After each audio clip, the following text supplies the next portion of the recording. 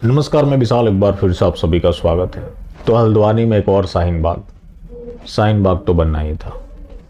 अवैध अतिक्रमण कर रखा था और वो ज़मीन इनका है। जैसा कि बच्चों की फौज को उतार दिया गया, सेम वही मॉडल अपनाया गया है जो शाहीन बाग में हुआ था। और वहाँ सड़क कब्जा करके बैठे हुए हैं। ये अल्लाह ये माएँ बहनें बैठी हुई है, ये हमारी इज्जतें हैं, ये हमारी नामूस है, ये हमारी फातिमाएं हैं। ए अल्लाह, इनको न्याय चाहिए। अब कागज कहाँ है? कागज बकरी खा गई, बकरी को अब्दुल खा गया, जो कि आज नहीं है लेकिन फिर भी इनका है, क्योंकि जो ऊपर एक बैठे हुए हैं उन्होंने ये पूरी धरती उनके लिए बना कर दी हुई है। काफिरों ने अवैध कब्जा कर रखा है, जिसको लेकर तरह तरह की आवाजें भी आ रही है। या अल्लाह, मेरे मौला इन आशियानों को डूबने से बचा ले। आमीन। या अल्लाह, बच्चों को बेघर होने से बचा ले। आमीन। ये आंसू ना देख सकूंगा, हंसते वरना मैं रो दूंगा। मतलब कितना तड़प है। देखिए, कोई मौला तो नहीं आएगा। नरेंद्र दामोदर दास मोदी जी हैं जो ये देख बर्दाश्त नहीं कर पाएंगे। अगर उन तक ये पहुंच गई हो, मैं पूरे यकीन के साथ कर सकता हूं कि मोदी जी सो नहीं पाए होंगे। नहीं सोते वो कभी भी। दिन के लोगों को अगर इस तरह से तड़पता देख लें तो उनसे नहीं रहा जाता, बर्दाश्त ही नहीं कर पाते, क्योंकि मोदी जी का अटूट प्रेम है। इस तरह का प्रेम है कि जो समय समय पर दिख रहा होता है। अगर आप देखना चाहेंगे तभी तो दिखेगा। तो आप सवाल ये भी होगा कि भाई मोदी जी यहाँ कहाँ से आ गए? उत्तराखंड में बीजेपी की सरकार है, 7 दिन का उनको बेशक नोटिस मिला है। अब सवाल ये है, चलिए वहां से इनको हटा भी दिया जाए तो क्या ये देश से बाहर निकाल दिए जाएंगे? जिसका जवाब है नहीं। तो रहेंगे तो देश में ही, कहीं और कब्जा कर लेंगे, या क्या पता कहीं इनके लिए पहले से फ्लैट बन गए हों, धीरे धीरे इनको आवंटित कर दिया जाए। जैसे कि दिल्ली में रोहिंग्या को फ्लैट दिया गया, बकरवाल का मामला आपको पता है, कालकाजी का मामला आपको पता है। वहां भी दीनी मजहब वालों को अच्छे अच्छे फ्लैट दिए गए, लेकिन वोट सुनने अगर कोई एक मिल जाए तो 1 करोड़ के बराबर होगा। अब जुबैर जैसे लोग छाती पीट रहे हैं। अरे भाई, छाती पीटने की क्या जरूरत है? जब हमारे प्रधान सेवक के पास ये मामला पहुंचेगा, वो बीच का कोई रास्ता निकाल देंगे। और इनको क्या है, एक चीज तो आपने देख ही लिया कि ये हर जगह प्राइम लोकेशन को कब्जा करना चाहते हैं, ताकि देश में कभी आपात की स्थिति आए तो ये लोग उसको ब्लॉक कर दें। तो हल्द्वानी उत्तराखंड में इस तरह की भीड़ निकल रही है, लेकिन कांग्रेस भी कहां पीछे रहने वाली। हरीश रावत का भी दूध उतर आया। हल्द्वानी के हमारे भाई बहन बहुत चिंताजनक परेशानी में पड़े हुए हैं। 60 70 साल से जो उनका आशियाना था, रेलवे प्रशासन और राज्य प्रशासन की मिली भगत के कारण अब वो आशियाने तोड़ने का आदेश हो गया है, उस पर न्यायिक मुहर लगी है। स्थानीय हमारे विधायक सुमित हृदय जी और हल्द्वानी के प्रबुद्ध लोग सुप्रीम कोर्ट के सामने निवेदन करने जा रहे हैं।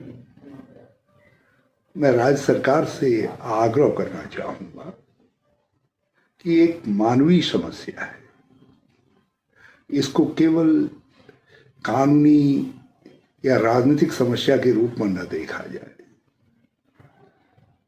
हमारी सरकार ने इन बस्तियों के नियमितीकरण के लिए कानून बनाया, मरीन बस्ती नियमितीकरण का, और विधानसभा ने सर्वसम्मत से उसको पारित किया। और हमने उसके फॉलोअप एक्शन के रूप में ऐसे 34,000 घर बनाने की योजना का भी रुद्रपुर से शिलान्यास किया। और रिवर फ्रंट डेवलपमेंट का काम शुरू किया। देहरादून में वो रिवर फ्रंट 2-3 किलोमीटर काम पूरा भी हुआ।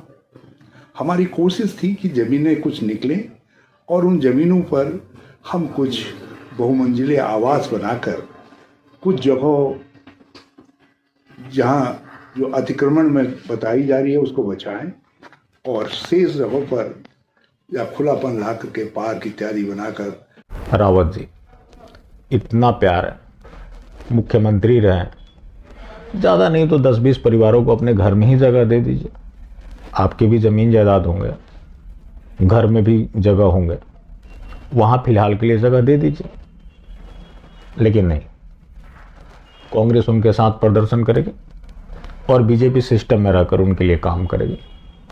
तो ये जो इनका जो तड़प है, पता नहीं आपको कैसा लग रहा है, लेकिन ये हमारा सिस्टम, चाहे वो बीजेपी हो कांग्रेस हो, बर्दाश्त नहीं कर पाएंगे। और कुछ भी हो जाए, देश से बाहर ही कहीं नहीं जाने वाले, इसी देश में रहेंगे जब तक ये देश को निगल नहीं जाते।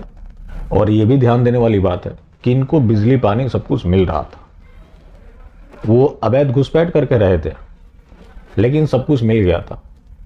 दिल्ली में जो पाकिस्तानी शरणार्थी रह रहे थे, लंबे समय तक संघर्ष के बाद, कोर्ट के फैसले के बाद उन्हें बिजली कनेक्शन मिला। ये गैंग संविधान को भी मानता है, कोर्ट का फैसला है, लेकिन कोर्ट के फैसले के विरुद्ध में ये सड़क पर उतरे हुए। ये कोर्ट को तभी मानते हैं जब कोर्ट का फैसला इनके पक्ष में हो। जब थोड़ा सा भी उलट हो जाए तो वहां ये कोर्ट को भी नहीं मानते, क्योंकि जब तक ये शरिया लागू नहीं कर देते तब तक ये संविधान का नाटक करते रहे। रही बात जुबैर की, तो देखिए जुबैर अपने मजहब के प्रति कितना समर्पित है, तरह तरह के वीडियो शेयर कर रहा है। उसको अवैध घुसपैठियों को लेकर भी कितना चिंता है, कोर्ट के फैसले के विरुद्ध में लोगों को भड़का रहा है, लेकिन उसका कुछ भी नहीं होगा। अभी हाल कहें तो मामला 1 महीने पहले की बात है, कोर्ट ने नाराजगी जाहिर की थी दिल्ली पुलिस के ऊपर, क्योंकि एक फोटो इसने वायरल किया था और जमकर गाली गलौज की गई थी। वो एक माइनर का मामला था जो कि एनसीपीसीआर ने भी संज्ञान लिया था। तो दिल्ली पुलिस किसके अधीन है? केंद्र सरकार के। पुलिस वही करती है जो सरकार चाहती है। तो ये बाहर रहकर लोगों से डोनेशन लेकर, जो कि इसको ज़्यादातर डोनेट करने वाले हिंदू भी हैं, और उन्हीं के विरुद्ध काम करता है।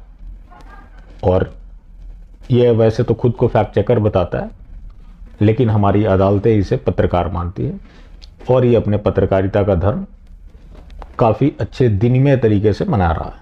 वैसे जो उत्तराखंड में पूरा प्लान चल रहा है वो शाहीन बाग मॉडल ही चल रहा है। धीरे धीरे वहाँ कुदरती बिरयानी उतरने भी शुरू हो जाएंगे, क्योंकि उन्होंने सरकार की कमजोर नस को पकड़ लिया है और उन्हें पता है कि हम सड़क पर उतरकर सरकार को झुका सकते हैं और सरकार हमारे खिलाफ कुछ नहीं करेगी। अब मास्टर स्ट्रोकवादी यहाँ पर क्या करेंगे कि हिंदुओं को ललकारेंगे कि वहाँ का हिंदू क्या कर रहा है। वहाँ का हिंदू कुछ भी करने जाए, अगर एक शब्द बोल दे, कहीं पत्थर चल जाए, तो उसको उठाकर जेल में डाल दिया जाएगा। इतनी संख्या अगर हिंदुओं की भी होती ना, सरकार उनको कुचल देती, समय भी नहीं लगता। तो जब सिस्टम अपने आप पर आ जाए ना, तो सिस्टम से लड़ना किसी के बस की बात नहीं होती। चलिए, बाकी जिंदा रहें तो फिर मिलेंगे, और मिलते रहेंगे तो जिंदा रहेंगे। मिलना जुलना जारी रखें, लेकिन हाँ, मास्टर स्ट्रोकवादी बिल्कुल भी ना हो।